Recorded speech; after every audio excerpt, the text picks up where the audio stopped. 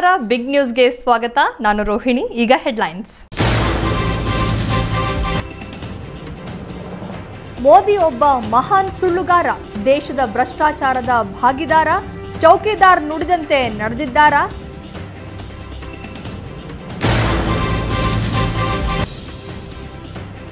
ಬೊಮ್ಮನಹಳ್ಳಿಯಲ್ಲಿ ಪುಡಿ ರೌಡಿಗಳ ತಾಣ, ಇಲ್ಲಿ ರೌಡಿಗಳಿಗೆ ಹಣ ಕೊಡದಿದ್ರೆ ಬೀಳುತ್ತೆ ಹೆಣ, ಪೊಲೀಸರು ಹಳ್ಳ ಹಿಡಿಸಿದ್ದಾರೆ ಕಾನೂನು ಸುವ್ಯವಸ್ಥೆನ.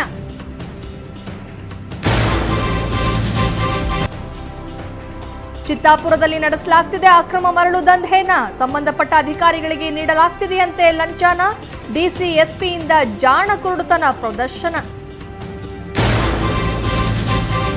ನೀರಿನ ಘಟಕ ಸ್ಥಾಪನೆ ಹೆಸರಲ್ಲಿ ಹಣ ಗುಳುಂ ಮಾಡಲಾಗಿದೆ. ಶುದ್ಧ ಕುಡಿಯುವ ನೀರಿನ ಘಟಕ ನಾಮಕಾವಸ್ಥೆಗಷ್ಟೇ ಇದೆ. ಡಿಸಿ ಸಿಇಒ ಇತ್ತ ಗಮನ ಹರಿಸಿ ಸೂಕ್ತ ತನಿಖೆ ನಡೆಸಬೇಕಾಗಿದೆ.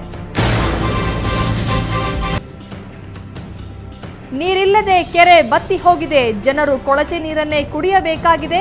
ನೀರು ಸಿಗದಿದ್ದರೆ ಹೆಣಗಳು ಬೀಳೋದು ಖಚಿತವಾಗಿದೆ. ಮೋದಿ ಚೌಕಿದಾರ್ ಅಲ್ಲ, ದೇಶದ ಭ್ರಷ್ಟಾಚಾರದ ಭಾಗಿದಾರ್. ವಿದೇಶದ ಕಪ್ಪು ಹಣವನ್ನು ತಂದು ಎಲ್ಲರ ಅಕೌಂಟ್ಗೆ 15 ಲಕ್ಷ ಹಾಕ್ತೀನಿ ಅಂತಂದ್ರು. ಆದರೆ 15 ಪೈಸೆನೂ ಹಾಕಲಿಲ್ಲ.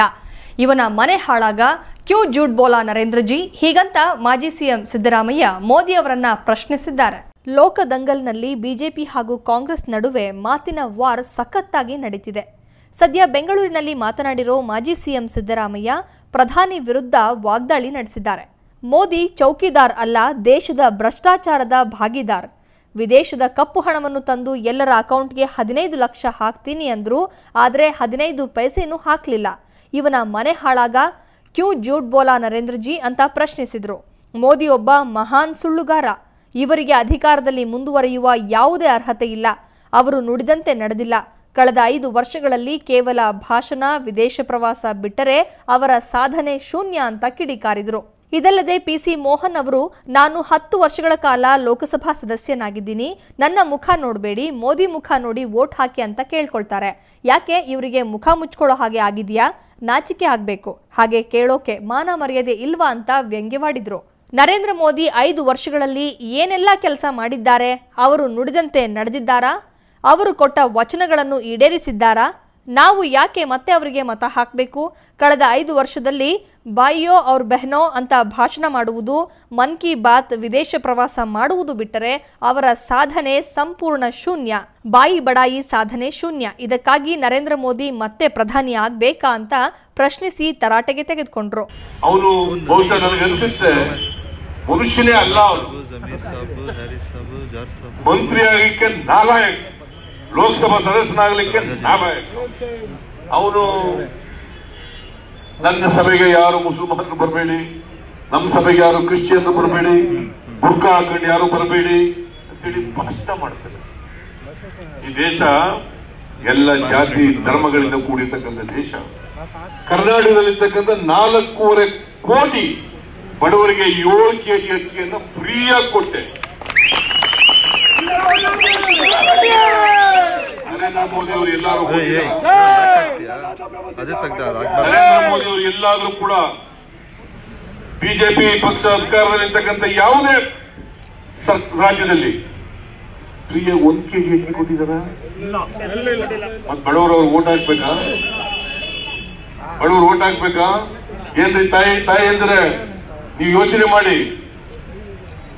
ನಿಮ್ಮ ಮಕ್ಕಳಿಗೆ ಪುಕ್ಕಟೆ ಹಾಲು, ವಿದ್ಯೆ, free shoe, socks, Indira canteen. ಇವತ್ತು ರಿಕ್ಷಾ ಓಡಿಸ್ತಕ್ಕಂಥ ಜನ, ಕೂಲಿ ಮಾಡ್ತಕ್ಕಂಥ ಜನ, ಕಾರ್ಮಿಕ ವರ್ಗದ ಜನ, ಬೇರೆ ಹಳ್ಳಿಗಳಿಂದ ಬರ್ತಕ್ಕಂಥ ಬಡವರು, ಅವರೆಲ್ಲರೂ ಕೂಡ ಕಮ್ಮಿ ದುಡ್ಡಿನಲ್ಲಿ ಬ್ರೇಕ್ಫಾಸ್ಟ್ ಸಿಗ್ಬೇಕು. 5 ರೂಪಾಯಿಗೆ ಬ್ರೇಕ್ಫಾಸ್ಟ್. ಜೊತೆಗೆ ಮೋದಿ ಉದ್ಯೋಗ ಸೃಷ್ಟಿ ಮಾಡಿಲ್ಲ. ಉದ್ಯೋಗ ಕೇಳಿದ್ರೆ ಪಕೋಡ ಮಾರಿ ಎಂದು ಹೇಳ್ತಾರೆ. ಮಾತು ಎತ್ತಿದ್ರೆ ಚೌಕಿದಾರ್ ಎಂದು ಹೇಳುತ್ತಾರೆ. ಯಾರೇ ಪ್ರಧಾನಿ ಆದರೂ ಅವರು ಚೌಕಿದಾರ್. ಆದರೆ ವಿಜಯ್ ಮಲ್ಯ, ನೀರವ್ ಮೋದಿ ಹೇಗೆ ದೇಶ ಬಿಟ್ಟು ಓಡಿ ಹೋದ್ರು ಅಂತ ಪ್ರಶ್ನಿಸಿದ್ರು.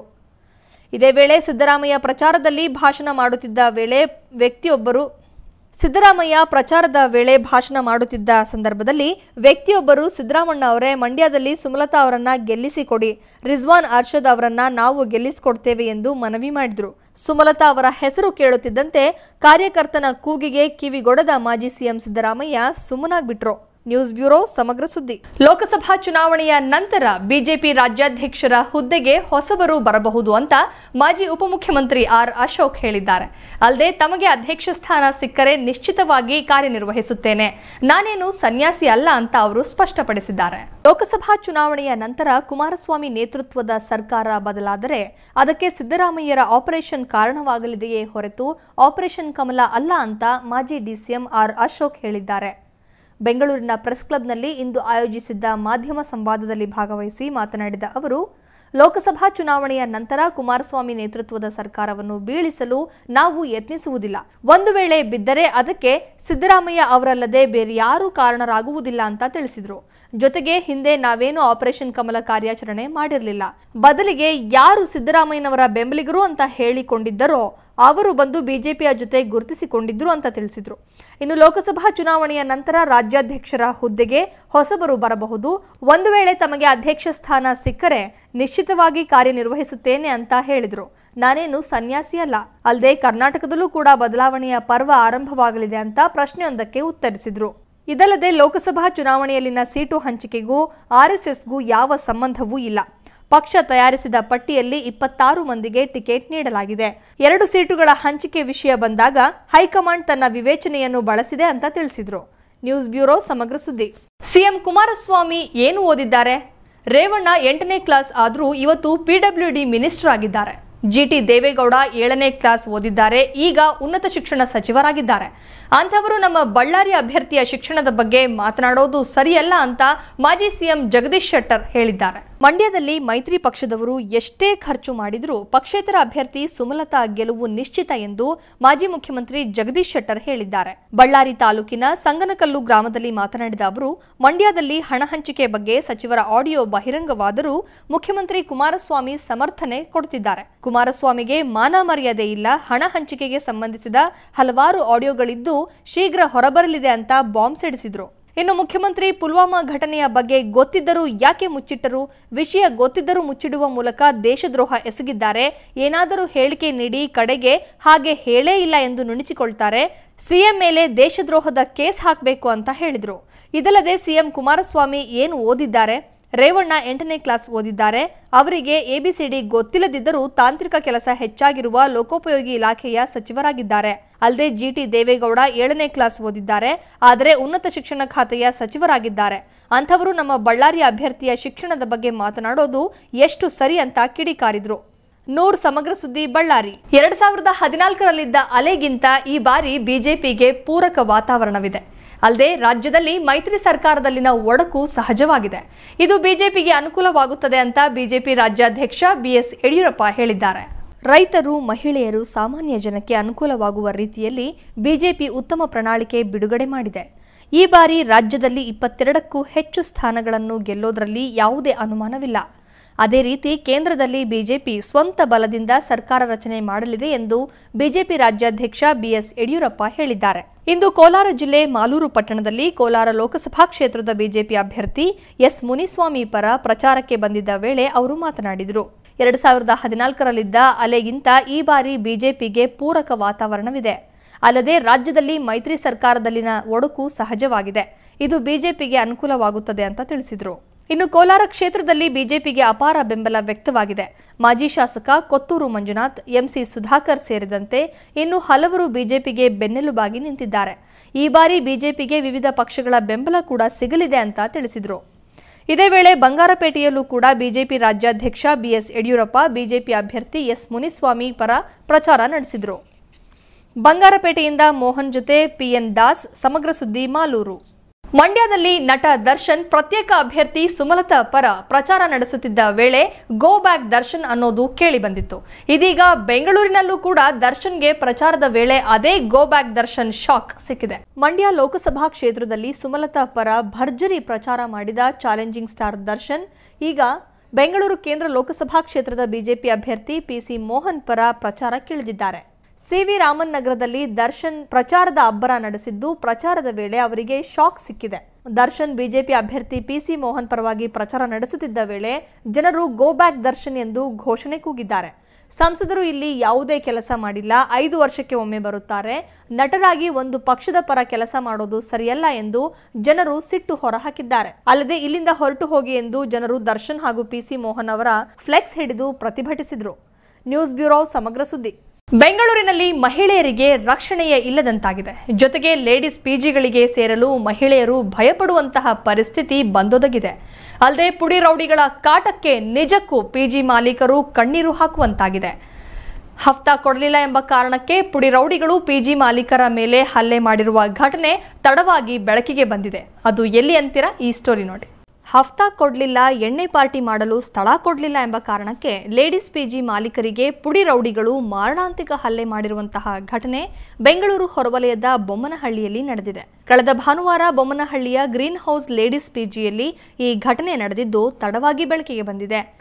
ಹೌದು, ಭಾನುವಾರ ಗ್ರೀನ್ ಹೌಸ್ನಲ್ಲಿ ಎಣ್ಣೆ ಪಾರ್ಟಿ ಮಾಡಲು ರೂಮ್ ನೀಡುವಂತೆ ಪಿಜಿ ಮಾಲೀಕರಿಗೆ ಒತ್ತಾಯಿಸಿದ್ದಾರೆ. ಆದರೆ ಇದಕ್ಕೆ ನಿರಾಕರಿಸಿದ್ದಕ್ಕೆ ಪಿಜಿ ಮಾಲೀಕರಾದ ಭಾಸ್ಕರ್ ರೆಡ್ಡಿ ಹಾಗೂ ಅನಿಲ್ ರೆಡ್ಡಿಗೆ ಮನಬಂದಂತೆ ಹಲ್ಲೆ ಮಾಡಿದ್ದು, ತಡೆಯಲು ಬಂದ ಜಗನ್ ಎಂಬುವರನ್ನು ಕೂಡ ಗಂಭೀರವಾಗಿ ಗಾಯಗೊಳಿಸಲಾಗಿದೆ. ಸದ್ಯ ಭಾಸ್ಕರ್ ರೆಡ್ಡಿ ಚೇತರಿಸಿಕೊಂಡಿದ್ದು, ಅನಿಲ್ ರೆಡ್ಡಿ ಸಾವು ಬದುಕಿನ ನಡುವೆ ಹೋರಾಡುತ್ತಿದ್ದಾರೆ. ಇನ್ನು ಹಲ್ಲೆ ಮಾಡಿದ ಪುಡಿ ರೌಡಿಗಳು ಬೊಮ್ಮನಹಳ್ಳಿ ಬಾಬು ಆ್ಯಂಡ್ ಗ್ಯಾಂಗ್ಗೆ ಸೇರಿದವರು ಎಂದು ತಿಳಿದು ಬಂದಿದ್ದು, ಗ್ಯಾಂಗ್ ಲೀಡರ್ ಬಾಬು ಸ್ಥಳದಲ್ಲಿ ಇಲ್ಲದಿದ್ದರೂ ಅವರ ತಂಡದ ವಿಘ್ನೇಶ್ ಹಾಗೂ ಸಾಗರ್ ಕಡೆಯಿಂದ ಈ ಕೃತ್ಯ ನಡೆದಿದೆ. ಅಲ್ಲದೆ ಬೊಮ್ಮನಹಳ್ಳಿ ಸುತ್ತಮುತ್ತ 100 ಪಿಜಿಗಳಿದ್ದು ಸಾವಿರಾರು ಐಟಿ-ಬಿಟಿ ಮಂದಿ ಹೆಚ್ಚಾಗಿ ಇಲ್ಲಿ ನೆಲೆಸಿದ್ದಾರೆ. ಪಿಜಿ ಓನರ್ಸ್ ಲೋಕಲ್ ರೌಡಿಗಳಿಗೆ ಪ್ರತಿ ತಿಂಗಳು ಹಫ್ತಾ ನೀಡಬೇಕು. ಜೊತೆಗೆ ಈ ಎಣ್ಣೆ ಪಾರ್ಟಿ ಮಾಡಲು ಅವರಿಗೆ ರೂಮ್ ಸಹ ನೀಡಬೇಕು. ಇದೇ ಕಾರಣಕ್ಕೆ ಗ್ರೀನ್ ಹೌಸ್ ಪಿಜಿ ಮಾಲೀಕರಿಗೂ ಹಾಗೂ ಬಾಬು ಗ್ಯಾಂಗ್ ನಡುವೆ ಮಾತಿನ ಚಕಮಕಿ ಕೂಡ ನಡೆದಿತ್ತು. ಬೆಂಗಳೂರಲ್ಲಿ ನಮ್ಗೆ ಅಷ್ಟೊಂದು ಪ್ರಾಬ್ಲಮ್ಸ್ ಮಾಡ್ತಾ ಇದ್ದಾರೆ. ಔಟ್ಸೈಡರ್ಸ್ ನೀವು ಬೇರೆಯವರು ಅಂತ, ಇದು ಚೆನ್ನಾಗಿಲ್ಲ. ನಾವು ಬೆಂಗಳೂರು ಅಂದ್ರೇ ತುಂಬ ಚೆನ್ನಾಗಿರುತ್ತೆ, ಒಳ್ಳೆ ಜಾಗ ಅಂತ ಎಲ್ಲರೂ ಬರ್ತಾರೆ. ಆ ಥರ ಬರೋರಿಗೆ ಈ ಥರ ಕೆಲವರಿಂದ ಬೆಂಗಳೂರು ಸಿಟಿ ಕೆಟ್ಟ ಹೆಸರು ಬರ್ತಾ ಇದೆ. ಬಿಸ್ನೆಸ್ ಮಾಡೋರ ಮೇಲೆ ಈ ಥರ ರೌಡಿಸಮ್ ಮಾಡೋದು ಕರ್ನಾಟಕದಲ್ಲಿ ನಾನು 2-3 ಸತಿ ಚಿಕ್ಕದು ಆಗಿರ್ಬೋದು. ಬಟ್ ಇಷ್ಟು ದೊಡ್ಡದು ಆಗೋದು KHSR ಅಲ್ಲಿ ಸರಿ ಇಲ್ಲ. ಲಾಸ್ಟು ಇದಕ್ಕೆ ಮುಂಚೆ ಆಲ್ರೆಡಿ ಇದ್ರ ಅರೆಸ್ಟ್ ಆಗಿದ್ದಾರೆ. ಇನ್ನೂ 4 ಜನ ಅರೆಸ್ಟ್ ಆಗಬೇಕು. ಅರೆಸ್ಟ್ ಸ್ವಲ್ಪ ಜಲ್ದಿ ತಗೊಂಡು ಆಕ್ಷನ್ ತಗೋಬೇಕಂತ ನಾವು. ಇದೇ ಜಿದ್ದಿನಲ್ಲಿ ಕಳೆದ ಭಾನುವಾರ ಸಮಯ ಸಾಧಿಸಿ ಗ್ಯಾಂಗ್ ಪಿಜಿ ಮಾಲೀಕರ ಮೇಲೆ ಮಾರಣಾಂತಿಕವಾಗಿ ಹಲ್ಲೆ ನಡೆಸಿದೆ. ಈ ವಿಚಾರವಾಗಿ ಎಷ್ಟೇ ಬಾರಿ ಪೊಲೀಸರ ಗಮನಕ್ಕೆ ತಂದರೂ ಸಹ ಯಾವುದೇ ಪ್ರಯೋಜನವಾಗಿರಲಿಲ್ಲ. ಒಟ್ಟಿನಲ್ಲಿ ಯಾವುದೋ ಊರಿನಿಂದ ಇಲ್ಲಿಗೆ ಬಂದು ಹೊಟ್ಟೆಪಾಡಿಗಾಗಿ ಜೀವನ ಸಾಗಿಸುತ್ತಿರುವ ಜನರ ಮೇಲೆ ಪುಡಿ ರೌಡಿಗಳ ಗ್ಯಾಂಗ್ ಲಾಂಗು ಮಚ್ಚುಗಳನ್ನು ಹಿಡಿದು ನಡು ರಸ್ತೆಯಲ್ಲೇ ಹಲ್ಲೆ ನಡೆಸುತ್ತದೆ ಅಂದರೆ ಅಲ್ಲಿನ ಕಾನೂನು ವ್ಯವಸ್ಥೆ ಇನ್ನು ಯಾವ ಮಟ್ಟಕ್ಕೆ ಹದಗೆಟ್ಟಿದೆ ಎಂಬುದು ಅರ್ಥವಾಗುತ್ತೆ. ಇನ್ನಾದರೂ ಸ್ಥಳೀಯ ಪೊಲೀಸರು ಪುಡಿ ರೌಡಿಗಳಿಗೆ ಕಡಿವಾಣ ಹಾಕದಿದ್ದರೆ ಪುಡಿ ರೌಡಿಗಳು ಮತ್ತಷ್ಟು ಬಾಲ ಬಿಚ್ಚುವುದರಲ್ಲಿ ಯಾವುದೇ ಅನುಮಾನವಿಲ್ಲ. ಸಿ ಕಾರ್ತಿಕ್, ಸಮಗ್ರ ಸುದ್ದಿ, ಆನೇಕಲ್. ಈ ಗ್ರಾಮದ ಜನರಿಗೆ ಶುದ್ಧ ಕುಡಿಯುವ ನೀರಿನ ಭರವಸೆ ನೀಡಲಾಗಿತ್ತು.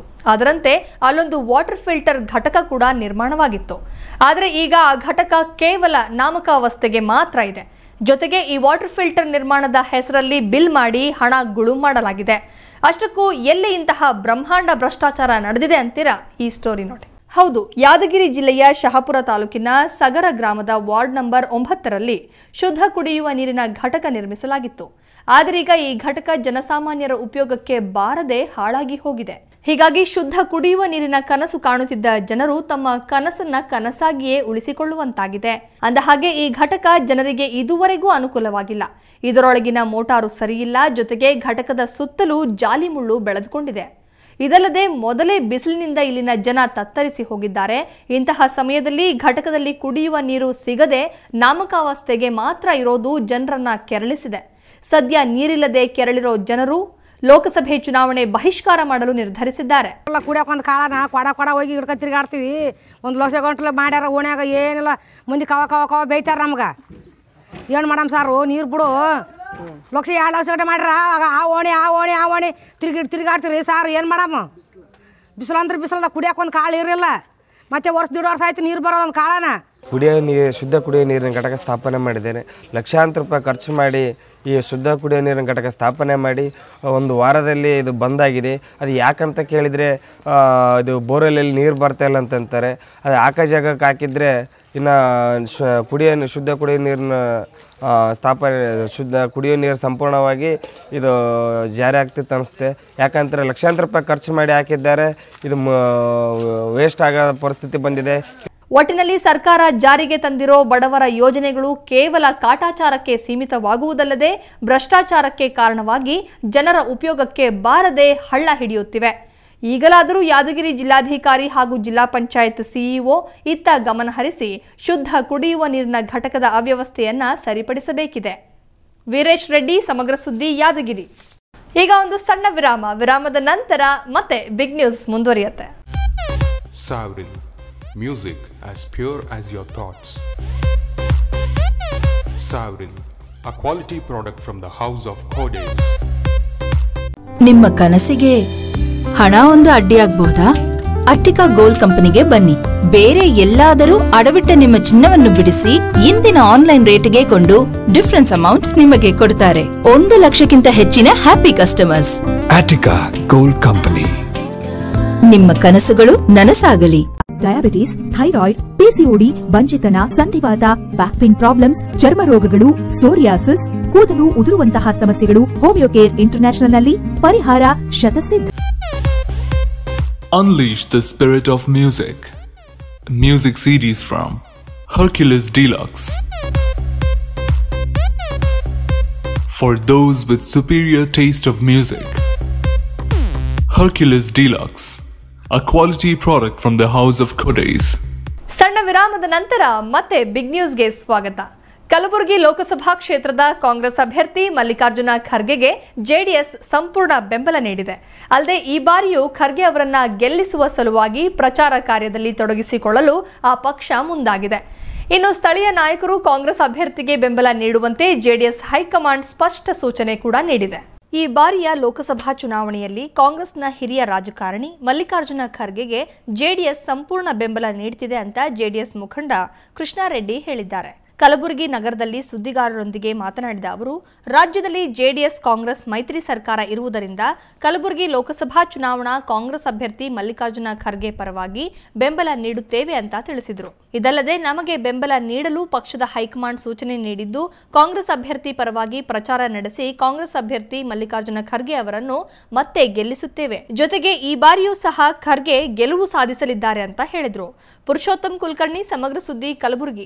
ರಾಜ್ಯದಲ್ಲಿ ಮರಳು ಸಿಗದೆ ಎಷ್ಟು ರಾಜ್ಯದಲ್ಲಿ ಮರಳು ಸಿಗದೆ ಎಷ್ಟು ಕುಟುಂಬಗಳು ಮನೆ ಕಟ್ಟಿಕೊಳ್ಳಲಾಗಿದೆ. ರಾಜ್ಯದಲ್ಲಿ ಮರಳು ಸಿಗದೆ ಎಷ್ಟು ಕುಟುಂಬಗಳು ಮನೆ ಕಟ್ಟಿಕೊಳ್ಳಲಾಗದೆ ಗುಡಿಸಲಿನಲ್ಲಿ ವಾಸವಾಗಿವೆ. ಆದರೆ ಇಲ್ಲಿ ಮಾತ್ರ ಹಗಲು ರಾತ್ರಿ ಎನ್ನದೆ ಅಕ್ರಮ ಮರಳು ದಂಧೆ ನಡೀತಾನೆ ಇದೆ. ವಿಪರ್ಯಾಸ ಅಂದ್ರೆ ಈ ದಂಧೆಗೆ ಕಡಿವಾಣ ಹಾಕುವವರು ಯಾರೂ ಇಲ್ಲದಂತಾಗಿದೆ. ಹಾಗಾದ್ರೆ ಎಲ್ಲಿ ಈ ದಂಧೆ ನಡೀತಿದೆ ಅಂತೀರಾ? ಈ ಸ್ಟೋರಿ ನೋಡಿ. ಹೌದು, ಇಲ್ಲಿ ಎಲ್ಲಿ ನೋಡಿದ್ರೂ ಅಕ್ರಮವಾಗಿ ಸಂಗ್ರಹಿಸಿರೋ ಮರಳು. ಅಷ್ಟಕ್ಕೂ ಈ ದೃಶ್ಯ ಕಂಡು ಬರೋದು ಕಲಬುರಗಿ ಜಿಲ್ಲೆಯ ಚಿತ್ತಾಪುರ ತಾಲೂಕಿನ ದಂಡೋತಿ ಗ್ರಾಮದಲ್ಲಿ. ಅಂದಹಾಗೆ ಇಲ್ಲಿ ಎಗ್ಗಿಲ್ಲದೆ ಅಕ್ರಮ ಮರಳುಗಾರಿಕೆ ನಡೆಯುತ್ತೆ. ಸದ್ಯ ಕಾಗಿನಾ ನದಿಯ ಒಡಲು ಬರಿದಾಗಿದೆ. ಹೀಗಾಗಿ ಆ ನದಿಯ ಒಡಲನ್ನು ಬಗೆದು ಮರಳನ್ನು ಅಕ್ರಮವಾಗಿ ಟ್ರ್ಯಾಕ್ಟರ್ ಮೂಲಕ ಸಾಗಿಸುತ್ತಿದ್ದಾರೆ. ಜೊತೆಗೆ ಗ್ರಾಮದ ಹೊರಗೆ ಅದೇ ಮರಳನ್ನು ಸಂಗ್ರಹ ಮಾಡಿ ಹೆಚ್ಚಿನ ಬೆಲೆಗೆ ಮಾರಾಟ ಮಾಡುತ್ತಿದ್ದಾರೆ. ಇನ್ನು ಇದು ಗೊತ್ತಿದ್ದರೂ ಸಂಬಂಧಪಟ್ಟ ಅಧಿಕಾರಿಗಳು ಜಾಣ ಕುರುಡುತನ ಪ್ರದರ್ಶನ ಮಾಡುತ್ತಿದ್ದಾರೆ. ಅಲ್ಲದೆ ಅಕ್ರಮ ಮರಳುಗಾರಿಕೆ ನಡೆಸುವವರು ಮಾತ್ರ ಅಧಿಕಾರಿಗಳಿಗೆ ಲಂಚ ನೀಡಿ ಅಕ್ರಮ ಮರಳು ದಂಧೆ ನಡೆಸುತ್ತಿದ್ದಾರೆಂಬ ಆರೋಪಗಳು ಕೇಳಿಬಂದಿವೆ. ಒಟ್ನಲ್ಲಿ ಇನ್ನಾದರೂ ಜಿಲ್ಲಾಧಿಕಾರಿ, ಜಿಲ್ಲಾ ಪೊಲೀಸ್ ವರಿಷ್ಠಾಧಿಕಾರಿ ಇತ್ತ ಕಡೆ ಗಮನ ಹರಿಸಿ ಅಕ್ರಮ ಮರಳುಗಾರಿಕೆ ಕಡಿವಾಣ ಹಾಕಲು ಮುಂದಾಗ್ತಾರಾ ಅಂತ ಕಾದು ನೋಡಬೇಕಾಗಿದೆ. ವಿನಾಯಕ್ ಹಳ್ಳಿ, ಸಮಗ್ರ ನ್ಯೂಸ್, ಚಿತ್ತಾಪುರ. ಚನ್ನರಾಯಪಟ್ಟಣ ತಾಲೂಕು ಉದಯಪುರದಲ್ಲಿ ನಡೆದ ಹೊಳೆನರಸೀಪುರ ಕಾಂಗ್ರೆಸ್ ಕಾರ್ಯಕರ್ತರ ಸಭೆಯಲ್ಲಿ ಮುಖಂಡರುಗಳಿಗೆ ಧಿಕ್ಕಾರ ಹಾಗೂ ಪ್ರಧಾನಿ ಮೋದಿ ಪರ ಘೋಷಣೆ ಮೊಳಗಿದ ಘಟನೆ ನಡೆದಿದೆ. ಸದ್ಯ ಈ ಘಟನೆಯಿಂದ ಕಾಂಗ್ರೆಸ್ ಹಾಗೂ ಜೆಡಿಎಸ್ ತೀವ್ರ ಮುಖಭಂಗ ಅನುಭವಿಸಿದೆ. ಹಾಸನ ಕಾಂಗ್ರೆಸ್ನಲ್ಲಿ ಭಿನ್ನಮತ ಸ್ಫೋಟಗೊಂಡಿದೆ. ಸದ್ಯ ಕಾಂಗ್ರೆಸ್ ಸಭೆಯಲ್ಲಿ ಕಾರ್ಯಕರ್ತರು ಮತ್ತೆ ಮೋದಿ ಹಾಗೂ ಬಿಜೆಪಿ ಪರ ಘೋಷಣೆ ಕೂಗಿ ಆಕ್ರೋಶ ವ್ಯಕ್ತಪಡಿಸಿದರು. ಅಂದಹಾಗೆ ಚನ್ನರಾಯಪಟ್ಟಣ ತಾಲೂಕು ಉದಯಪುರದಲ್ಲಿ ನಡೆದ ಹೊಳೆನರಸೀಪುರ ವಿಧಾನಸಭಾ ಕ್ಷೇತ್ರದ ಕಾಂಗ್ರೆಸ್ ಕಾರ್ಯಕರ್ತರ ಸಭೆಯಲ್ಲಿ ಕಳೆದ ಚುನಾವಣೆಯಲ್ಲಿ ಸಚಿವ ರೇವಣ್ಣ ವಿರುದ್ಧ ಸೋತಿದ್ದ ಬಾಗೂರು ಮಂಜೇಗೌಡ ಮೊದಲಾದವರು ಭಾಗಿಯಾಗಿದ್ದರು. ಇನ್ನು ಸಭೆಯಲ್ಲಿ ಒಂದು ಬಣ ಕಾಂಗ್ರೆಸ್ ನಾಯಕರ ಪರ ಘೋಷಣೆ ಕೂಗಿದ್ರೆ ಇನ್ನೊಂದು ಬಣ ಬಿಜೆಪಿ ಪರ ಘೋಷಣೆ ಕೂಗಿ ಆಕ್ರೋಶ ಹೊರಹಾಕಿತು. ಇದೇ ವೇಳೆ ಮೈತ್ರಿ ಅಭ್ಯರ್ಥಿ ಪ್ರಜ್ವಲ್ ರೇವಣ್ಣರನ್ನು ಬೆಂಬಲಿಸುವ ಸಂಬಂಧ ಈ ಸಭೆ ಕರೆಯಲಾಗಿತ್ತು. ಆದರೆ ಸಭೆಯಲ್ಲಿ ಜೆಡಿಎಸ್ ಬೆಂಬಲಿಸುವ ಬಗ್ಗೆ ಭಾರೀ ವಿರೋಧ ವ್ಯಕ್ತವಾಗಿ ಕೆಲವರು ಬಿಜೆಪಿ ಪರ ಘೋಷಣೆ ಕೂಗಿದ್ರು. ಒಟ್ಟಿನಲ್ಲಿ ಹಾಸನದಲ್ಲಿ ಕಾಂಗ್ರೆಸ್ ಮುಖಂಡರ ಕಾರ್ಯಕರ್ತರ ಈ ವರ್ತನೆ ಜೆಡಿಎಸ್ಗೆ ನುಂಗಲಾರದ ತುತ್ತಾಗಿದೆ. ಪ್ರದೀಪ್ ಖಡ್ಗ, ಸಮಗ್ರ ಸುದ್ದಿ, ಹಾಸನ. ನೀವೆಲ್ಲರೂ ಯೋಚನೆ ಮಾಡಬೇಕು, ಯಾಕೆ 4 ಜನ ಸುಮಲತಾ ಎಂಬ ಹೆಸರಿನ ಮಹಿಳೆಯರನ್ನ ಕಣಕ್ಕಿಳಿಸಿದ್ದಾರೆ? ಒಂದು ವೇಳೆ ನಮ್ಮನ್ನು ದಡ್ಡರು ಅಂತ ನಿರೂಪಿಸಲು ಹೊರಟಿದ್ದಾರಾ? ಹಾಗೊಂದು ವೇಳೆ ನಿರೂಪಿಸಲು ಹೊರಟ್ರೆ ನಾವು ದಡ್ಡರಲ್ಲ ಅನ್ನೋದನ್ನ ಸಾಬೀತುಪಡಿಸೋಣ ಅಂತ ಚಿತ್ರನಟ ಯಶ್ ಹೇಳಿದ್ದಾರೆ. ನಿಮ್ಮ ಪ್ರತಿನಿಧಿಯಾಗಿ ದೆಹಲಿಯಲ್ಲಿ ಕುಳಿತು ನಿಮ್ಮ ಸಮಸ್ಯೆ ಬಗೆಹರಿಸಲು ವ್ಯಕ್ತಿ ಬೇಕು. ಆ ಎಲ್ಲಾ ಅರ್ಹತೆ ಮತ್ತು ಶಕ್ತಿ ಸುಮಲತಾ ಅಮ್ಮನ ಬಳಿ ಇದೆ. ಅಲ್ಲದೆ ಅವರು ನಿಮ್ಮ ಭಾಗದವರು, ಅವರಿಗೆ ಒಂದು ಅವಕಾಶ ಮಾಡಿಕೊಡಿ. ಇದು ಇತಿಹಾಸವಾಗುತ್ತೆ. ಅವರು ಒಳ್ಳೆಯ ಲೀಡರ್ ಆಗ್ತಾರೆ ಅಂತ ಚಿತ್ರನಟ ಯಶ್ ಹೇಳಿದ್ರು. ಮಂಡ್ಯ ಜಿಲ್ಲೆಯ ಮಳವಳ್ಳಿ ವಿಧಾನಸಭಾ ಕ್ಷೇತ್ರ ವ್ಯಾಪ್ತಿಯ ಹಾಡ್ಲಿ, ಹಲಗೂರು ಗ್ರಾಮಗಳಲ್ಲಿ ಪಕ್ಷೇತರ ಅಭ್ಯರ್ಥಿ ಸುಮಲತಾ ಅಂಬರೀಶ್ ಪರ ಪ್ರಚಾರ ನಡೆಸಿದ ನಟ ಯಶ್ ಮೊದಲು ಡಿಕೆಹಳ್ಳಿಯಿಂದ ಪ್ರಚಾರ ಆರಂಭಿಸಿದ್ರು. ಈ ವೇಳೆ ಹಲಗೂರಿನಲ್ಲಿ ಮಾತನಾಡಿದ ಅವರು, ನೀವೆಲ್ಲರೂ ಯೋಚನೆ ಮಾಡಬೇಕು, ಯಾಕೆ 4 ಜನ ಸುಮಲತಾ ಎಂಬ ಹೆಸರಿನ ಮಹಿಳೆಯರನ್ನ ಕಣಕ್ಕಿಳಿಸಿದ್ದಾರೆ, ಯಾಕೆ ಹಂಗೆ ಮಾಡಿದ್ದಾರೆ ಎಂದು ನಮ್ಮನ್ನು ದಡ್ಡರು ಅಂತ ನಿರೂಪಿಸಲು ಹೊರಟಿದ್ದಾರೆ. ಆದರೆ ನಾವು ದಡ್ಡರಲ್ಲ ಅನ್ನೋದನ್ನ ನಿರೂಪಿಸೋಣ ಅಂತ ಹೇಳಿದ್ರು. ಎಎನ್ ಲೋಕೇಶ್, ಸಮಗ್ರ ಸುದ್ದಿ, ಮಳವಳ್ಳಿ. ಈ ಗ್ರಾಮ ತೀರಾ ಹಿಂದುಳಿದಿದ್ದು, ಜೊತೆಗೆ ದಶಕಗಳಿಂದ ಯಾವ ಪಕ್ಷದವರು ಈ ಗ್ರಾಮದತ್ತ ತಲೆ ಹಾಕಿಯೂ ನೋಡಿಲ್ಲ. ಹೀಗಾಗಿ ಕನಿಷ್ಠ ಮೂಲಭೂತ ಸೌಕರ್ಯಗಳು ಇಲ್ಲದೆ ಗ್ರಾಮ ಸಮಸ್ಯೆಗಳ ಸುಳಿಗೆ ಸಿಲುಕಿಕೊಂಡಿದೆ. ಇದರ ಹಿನ್ನೆಲೆಯಲ್ಲಿ ಇಲ್ಲಿನ ಗ್ರಾಮಸ್ಥರು ಚುನಾವಣೆಯನ್ನು ಬಹಿಷ್ಕರಿಸುವ ನಿರ್ಧಾರಕ್ಕೆ ಬಂದಿದ್ದಾರೆ. ಹೌದು, ಸಕಲೇಶಪುರ ತಾಲೂಕಿನ ಮಠಸಾಗರ ಅಂಚೆಯ ಕೊಲ್ಲಹಳ್ಳಿ ಗ್ರಾಮವಿದು. ಈ ಗ್ರಾಮದಲ್ಲಿ ಕನಿಷ್ಠ ಮೂಲಭೂತ ಸೌಕರ್ಯಗಳು ಇಲ್ಲ. ಹೀಗಾಗಿ ದಶಕಗಳ ಹಿಂದಿನಿಂದ ಇಲ್ಲಿಯವರು ನಿರಾಶ್ರಿತರಾಗಿಯೇ ಇದ್ದಾರೆ. ಸದ್ಯ ಈ ಎಲ್ಲಾ ಕಾರಣಗಳಿಂದ ಕೊಲ್ಲಹಳ್ಳಿ ಗ್ರಾಮಸ್ಥರು ಮುಂಬರುವ ಎಲ್ಲಾ ಚುನಾವಣೆಗಳನ್ನು ಸಹ ಬಹಿಷ್ಕರಿಸುವ ನಿರ್ಧಾರಕ್ಕೆ ಬಂದಿದ್ದಾರೆ. ಅಂದಹಾಗೆ ಸುದ್ದಿಗೋಷ್ಠಿಯಲ್ಲಿ ಕೊಲ್ಲಹಳ್ಳಿ ಗ್ರಾಮಸ್ಥರ ಪರವಾಗಿ ಎ ಹರೀಶ್ ಎಂಬುವರು ಮಾತನಾಡಿ, ತಾವುಗಳು ಮೂಲಭೂತ ಸೌಕರ್ಯಗಳೆಂದರೇನು ಎಂಬ ಕಲ್ಪನೆಯೇ ಇಲ್ಲದಂತೆ ಆದಿವಾಸಿಗಳಂತೆ ಜೀವಿಸುತ್ತಿದ್ದೇವೆ. ಇಲ್ಲಿನ ಸುಮಾರು 150 ನಿರಾಶ್ರಿತ ಕುಟುಂಬಗಳು ಸ್ವಂತ ಸೂರಿಗಾಗಿ ನಿರಂತರ ಪ್ರತಿಭಟನೆ ನಡೆಸಿದ್ರು. ಜೊತೆಗೆ ಸ್ಥಳದಲ್ಲಿಯೇ ತಾತ್ಕಾಲಿಕ ಗುಡಿಸಲುಗಳನ್ನು ಕಟ್ಟಿಕೊಂಡು ನಿರಶನ ಕೈಗೊಂಡರು. ಬಳಿಕ ಕೆಲವು ರಾಜಕಾರಣಿಗಳು ಮನೆ ಕಟ್ಟಿಕೊಡಿಸುತ್ತೇವೆ ಎಂದು ನಂಬಿಸಿ ಪ್ರತಿಭಟನೆ ಹಿಂಪಡೆಯುವಂತೆ ಮಾಡಿದ್ರು. ಆದರೆ ಈವರೆಗೂ ಸಹ ಮನೆ ಕಟ್ಟಿಕೊಟ್ಟಿಲ್ಲ, ಮುಂದೆ ಕಟ್ಟಿಕೊಡ್ತಾರೆ ಎಂಬ ನಂಬಿಕೆಯೂ ಇಲ್ಲ ಅಂತ ಹೇಳ್ತಿದ್ದಾರೆ. ಇದಲ್ಲದೆ ಮುಂಬರುವ ಲೋಕಸಭಾ ಚುನಾವಣೆ ಸೇರಿದಂತೆ ನಿರಾಶ್ರಿತ ಕುಟುಂಬಗಳಿಗೆ ನ್ಯಾಯ ಸಿಗುವವರೆಗೂ ಮುಂದಿನ ಎಲ್ಲಾ ಚುನಾವಣೆ ಬಹಿಷ್ಕರಿಸುವ ತೀರ್ಮಾನ ಮಾಡಿಕೊಂಡಿದ್ದೇವೆ ಎನ್ನುತ್ತಾರೆ ಗ್ರಾಮಸ್ಥರು. ಈ ಬಗ್ಗೆ ಉಪವಿಭಾಗಾಧಿಕಾರಿ ಕಚೇರಿಗೆ ತೆರಳಿ ಮನವಿ ಸಲ್ಲಿಸಿದ್ದು, ಪೊಳ್ಳು ಭರವಸೆಗಳು, ಆಶ್ವಾಸನೆಗಳನ್ನು ನಂಬದೆ ಈ ದೃಢ ನಿರ್ಧಾರ ಮಾಡಿರುವುದಾಗಿ ತಿಳಿಸಿದರು. HD ಜಯಕುಮಾರ್ ಮಲ್ನಾಡ್, ಸಮಗ್ರ ಸುದ್ದಿ, ಸಕಲೇಶಪುರ. 19 ವರ್ಷದ ಯುವಕನ ಕನಸು ಕಮರಿ ಹೋಗಿದೆ. ಅದೊಂದು ಮಾರಕ ಕಾಯಿಲೆ ಆತನ ಕನಸಿಗೆ, ಬದುಕಿಗೆ, ಜೀವಕ್ಕೂ ಕಂಟಕವಾಗಿದೆ. ಅಷ್ಟಕ್ಕೂ ಯಾರು ಈ ಯುವಕ, ಏನಿದು ಕಾಯಿಲೆ? ಈ ಸ್ಟೋರಿ ನೋಡಿ.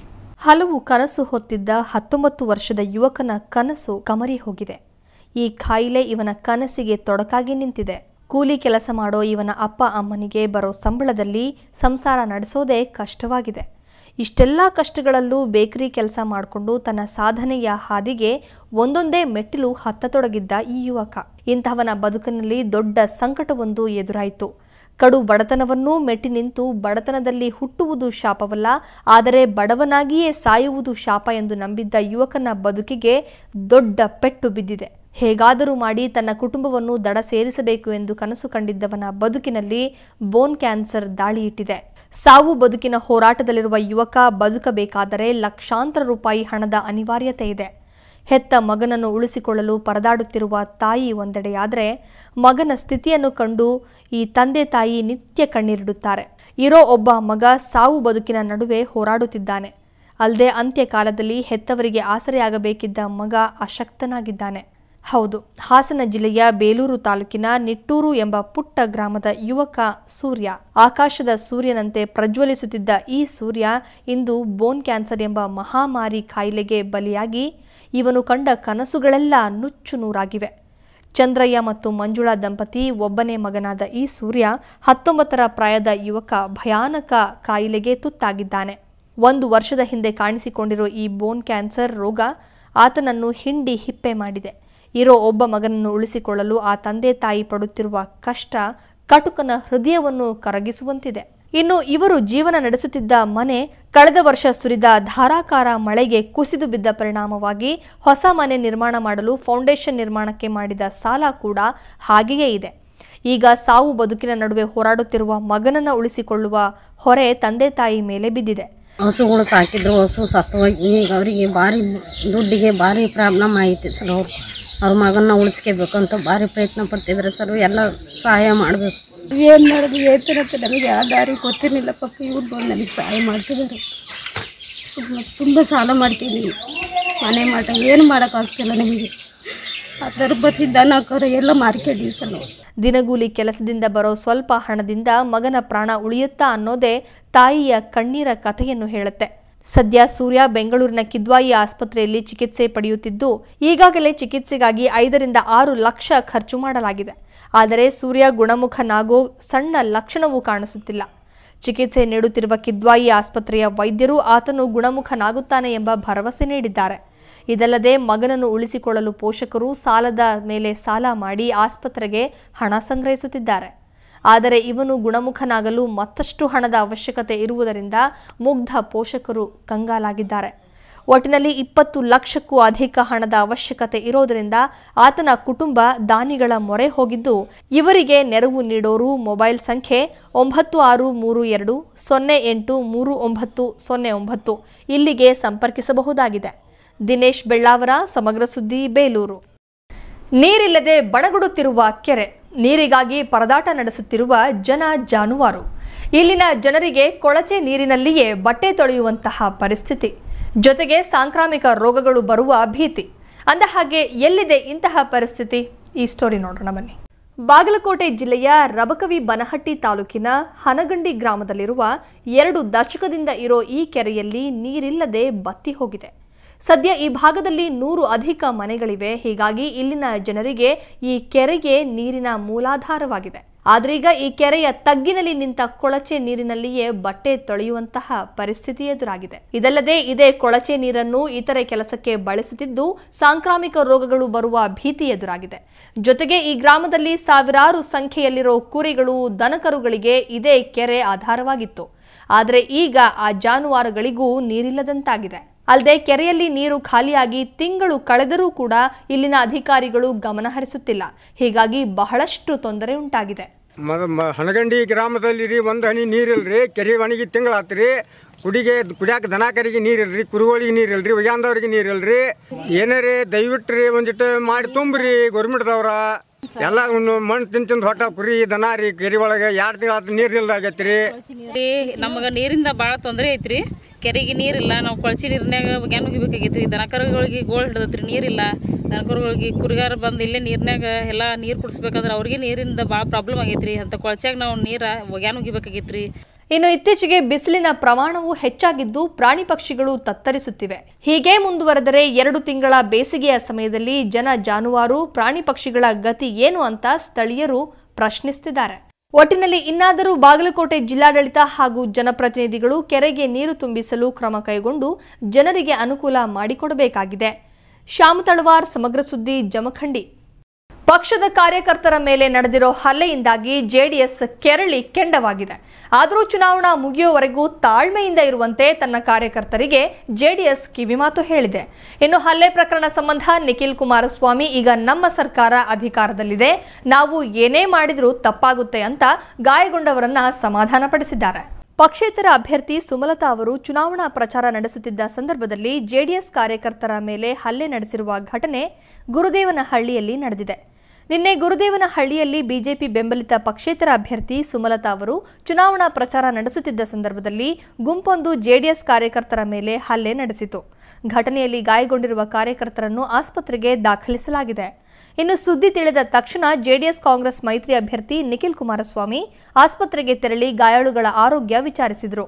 ಬಳಿಕ ಈ ಘಟನೆಗೆ ಯಾರು ಜವಾಬ್ದಾರಿ ಅಂತ ಬೇಸರ ವ್ಯಕ್ತಪಡಿಸಿದ ಅವರು, ತಾಳ್ಮೆಯಿಂದ ಇದ್ದು ಶಾಂತಿಯುತವಾಗಿ ಚುನಾವಣೆ ನಡೆಯಬೇಕೆಂಬುದು ನಮ್ಮ ಅಪೇಕ್ಷೆ. ನಿಮಗೆ ನ್ಯಾಯ ಕೊಡಿಸುವ ಜವಾಬ್ದಾರಿ ನಮ್ಮದು, ಅಲ್ಲದೆ ದುಡುಕಿ ಯಾವುದೇ ನಿರ್ಧಾರ ಕೈಗೊಳ್ಳಬೇಡಿ ಅಂತ ಹೇಳಿದ್ರು. ಪ್ರಸ್ತುತ ನಮ್ಮ ಸರ್ಕಾರ ಅಧಿಕಾರದಲ್ಲಿದೆ, ನಾವು ಏನೇ ಮಾಡಿದ್ರೂ ತಪ್ಪಾಗುತ್ತೆ ಅಂತ ಗಾಯಾಳುಗಳಿಗೆ ಸಮಾಧಾನ ತಿಳಿಸಿದ್ರು. ಇದಲ್ಲದೆ ಈ ಪ್ರಕರಣದ ಸಂಬಂಧ ತನಿಖೆಗೆ ಒತ್ತಾಯಿಸಿದ್ರು. ಸದ್ಯ ಘಟನೆ ಸಂಬಂಧ ಭಾರತೀನಗರ ಪೊಲೀಸ್ ಠಾಣೆಯಲ್ಲಿ ಪ್ರಕರಣ ದಾಖಲಾಗಿದೆ. ಡಿಆರ್ ಕಿರಣ್, ಸಮಗ್ರ ಸುದ್ದಿ, ಮಂಡ್ಯ. ಚುನಾವಣೆ ಆಯೋಗದ ಆದೇಶದ ಮೇರೆಗೆ 100ಕ್ಕೆ 100ರಷ್ಟು ಮತದಾನ ಆಗಬೇಕು. ಅಲ್ಲದೆ ವಿಶೇಷವಾಗಿ ಯಾರೊಬ್ಬರೂ ಕೂಡ ಮತದಾನದಿಂದ ವಂಚಿತರಾಗಬಾರದು ಅಂತ ಅಥಣಿ ತಾಲೂಕು ಕಾರ್ಯನಿರ್ವಾಹಕ ಅಧಿಕಾರಿ ರವಿ ಬಂಗಾರಪ್ಪನವರು ತಿಳಿಸಿದ್ದಾರೆ. ಅಥಣಿ ತಾಲೂಕಿನ ಸಂಕೋನಟ್ಟಿ ಗ್ರಾಮದ ಸರ್ಕಾರಿ ಪ್ರಾಥಮಿಕ ಶಾಲೆಯ ಆವರಣದಲ್ಲಿ ವಿದ್ಯಾರ್ಥಿಗಳ ಮೂಲಕ ಮತದಾರರ ಮತದಾನದ ಅರಿವು ಮೂಡಿಸುವ ಕಾರ್ಯಕ್ರಮ ಹಮ್ಮಿಕೊಳ್ಳಲಾಗಿತ್ತು. ಬೆಳಗಾವಿ ಜಿಲ್ಲಾಡಳಿತ, ಸ್ವೀಪ್ ಸಮಿತಿ, ಅಥಣಿ ತಾಲೂಕು ಆಡಳಿತ, ಪುರಸಭೆ, ತಾಲೂಕು ಪಂಚಾಯತ್ ಹಾಗೂ ಸಂಕೋನಟ್ಟಿ ಗ್ರಾಮ ಪಂಚಾಯಿತಿ ಸಂಯುಕ್ತಾಶ್ರಯದಲ್ಲಿ ಈ ಕಾರ್ಯಕ್ರಮ ನಡೆಯಿತು. ಕಾರ್ಯಕ್ರಮದಲ್ಲಿ ತಾಲೂಕಾ ಕಾರ್ಯನಿರ್ವಾಹಕ ಅಧಿಕಾರಿ ರವಿ ಬಂಗಾರಪ್ಪನವರ್, ಸಂಕೋನಟ್ಟಿ ಗ್ರಾಮ ಪಂಚಾಯಿತಿ ಪಿಡಿಒ ಸುಭಾಷ್ ಹುಬ್ಬಳ್ಳಿ, ಮಹಿಳಾ ಮತ್ತು ಕುಟುಂಬ ಕಲ್ಯಾಣ ಇಲಾಖೆಯ ಅಧಿಕಾರಿ ಸಿಜಿಬಿ ಪಾಟೀಲ್ ಸೇರಿದಂತೆ ಆಶಾ ಕಾರ್ಯಕರ್ತೆಯರು, ಅಂಗನವಾಡಿ ಕಾರ್ಯಕರ್ತೆಯರು, ಶಿಕ್ಷಕರು, ವಿದ್ಯಾರ್ಥಿಗಳು, ಗ್ರಾಮ ಪಂಚಾಯತ್ ಸಿಬ್ಬಂದಿ ವರ್ಗ ಕೂಡ ಉಪಸ್ಥಿತರಿದ್ದರು. ಬಳಿಕ ಮಾತನಾಡಿದ ತಾಲೂಕು ಕಾರ್ಯನಿರ್ವಾಹಕ ಅಧಿಕಾರಿ ರವಿ ಬಂಗಾರಪ್ಪನವರ್, ಚುನಾವಣಾ ಆಯೋಗದ ಆದೇಶದ ಮೇರೆಗೆ 100ಕ್ಕೆ 100ರಷ್ಟು ಮತದಾನವಾಗಬೇಕು. ವಿಶೇಷವಾಗಿ ಯಾರೊಬ್ಬರೂ ಕೂಡ ಮತದಾನದಿಂದ ವಂಚಿತರಾಗಬಾರದು ಅಂತ ತಿಳಿಸಿದರು. ಇದರ ಮುಖ್ಯ ಉದ್ದೇಶ ಇಷ್ಟೇ, ಮತದಾನದಿಂದ ಯಾರೂ ವಂಚಿತರಾಗಬಾರ್ದು. ಒಂದು 100ಕ್ಕೆ 100 ಮತದಾನ ಆಗಬೇಕಂತ ಒಂದು ಜಿಲ್ಲಾಡಳಿತದ ಒಂದು ಉದ್ದೇಶವಾಗಿದೆ. ಹಾಗೂ ಈ ಬಾರಿಯ ಒಂದು ಲೋಕಸಭಾ ಚುನಾವಣೆ 2019ರ ಮುಖ್ಯ ಉದ್ದೇಶವೂ ವಿಕಲಚೇತನರಿಗೂ ಸಹ ಯಾರೂ ಉಳಿಯಬಾರ್ದಂಥ ಒಂದು ವಾಹನ ಸೌಕರ್ಯವನ್ನು ಸಹ ಸರ್ಕಾರದಿಂದ ಕಲ್ಪಿಸಲಾಗಿದೆ. ಆಯಾ ಗ್ರಾಮ ಪಂಚಾಯಿತಿಗಳಲ್ಲಿ ವಾಹನ ಸೌಕರ್ಯನ ಮತಗಟ್ಟೆಗಳ ಬೂತ್ ಲೆವೆಲ್ ಆಫೀಸರ್ಗಳಿಂದ ಮಾಹಿತಿಯನ್ನು ಪಡೆದುಕೊಂಡು ವಾಹನಗಳನ್ನು ಹಾಗೂ ವಾಹನ ಚಾಲಕರನ್ನ ಪಟ್ಟಿಯನ್ನು ಸಹ ಸಿದ್ಧ ಮಾಡಿದ್ದೀವಿ. ಹಾಗಾಗಿ ಎಲ್ಲರೂ ಮತದಾನ ಮಾಡಿ, ಮತದಾನದಿಂದ ಯಾರೂ ವಂಚಿತರಾಗಬಾರ್ದು.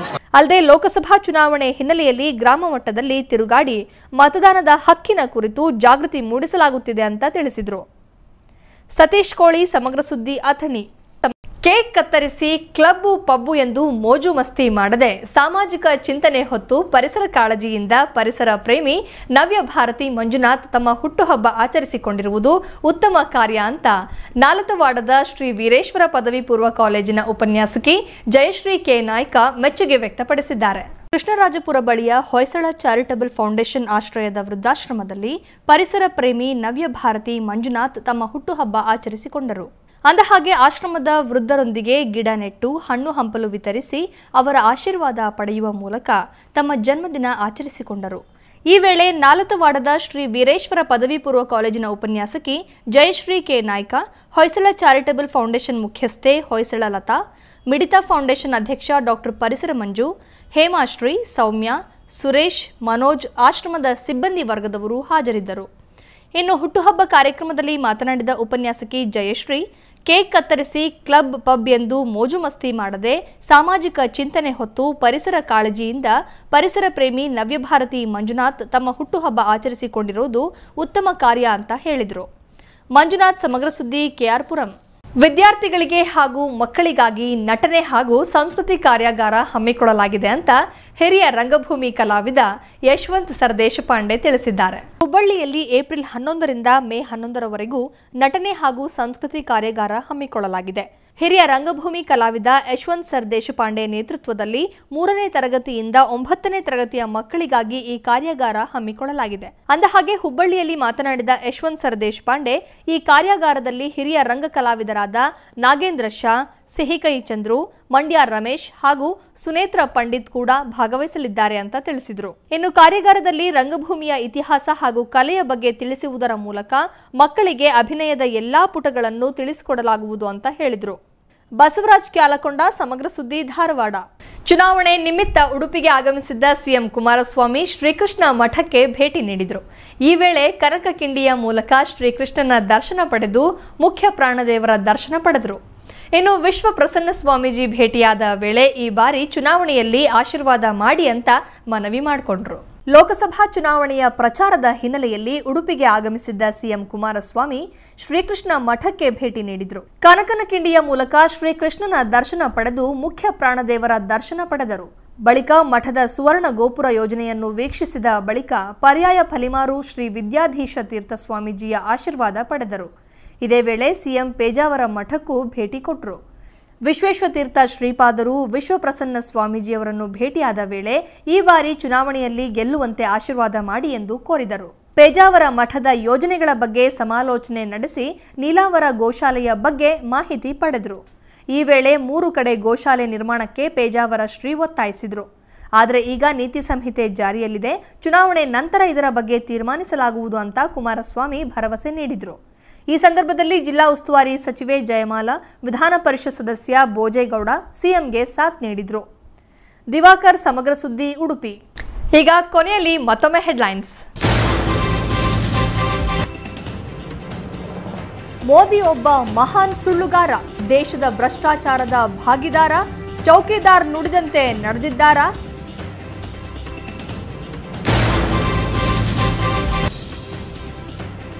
ಬೊಮ್ಮನಹಳ್ಳಿಯಲ್ಲಿ ಪುಡಿ ರೌಡಿಗಳ ತಾಣ, ಇಲ್ಲಿ ರೌಡಿಗಳಿಗೆ ಹಣ ಕೊಡದಿದ್ರೆ ಬೀಳುತ್ತೆ ಹೆಣ, ಪೊಲೀಸರು ಹಳ್ಳ ಹಿಡಿಸಿದ್ದಾರೆ ಕಾನೂನು ಸುವ್ಯವಸ್ಥೆನ.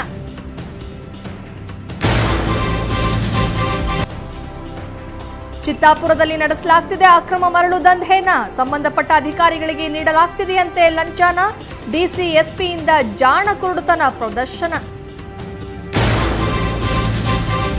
ನೀರಿನ ಘಟಕ ಸ್ಥಾಪನೆ ಹೆಸರಲ್ಲಿ ಹಣ ಗುಳುಂ ಮಾಡಲಾಗಿದೆ, ಶುದ್ಧ ಕುಡಿಯುವ ನೀರಿನ ಘಟಕ ನಾಮಕಾವಸ್ಥೆಗಷ್ಟೇ ಇದೆ, ಡಿಸಿ ಸಿಇಒ ಇತ್ತ ಗಮನ ಹರಿಸಿ ಸೂಕ್ತ ತನಿಖೆ ನಡೆಸಬೇಕಾಗಿದೆ. ನೀರಿಲ್ಲದೆ ಕೆರೆ ಬತ್ತಿ ಹೋಗಿದೆ, ಜನರು ಕೊಳಚೆ ನೀರನ್ನೇ ಕುಡಿಯಬೇಕಾಗಿದೆ, ನೀರು ಸಿಗದಿದ್ದರೆ ಹೆಣಗಳು ಬೀಳೋದು ಖಚಿತವಾಗಿದೆ. ಇವಿಷ್ಟು ಇವತ್ತಿನ ಪ್ರಮುಖ ಸುದ್ದಿ. ನಿರಂತರ ಸುದ್ದಿಗಾಗಿ ನೋಡ್ತಾ ಇರಿ ಬಿಗ್ ನ್ಯೂಸ್. ವಂದನೆಗಳು.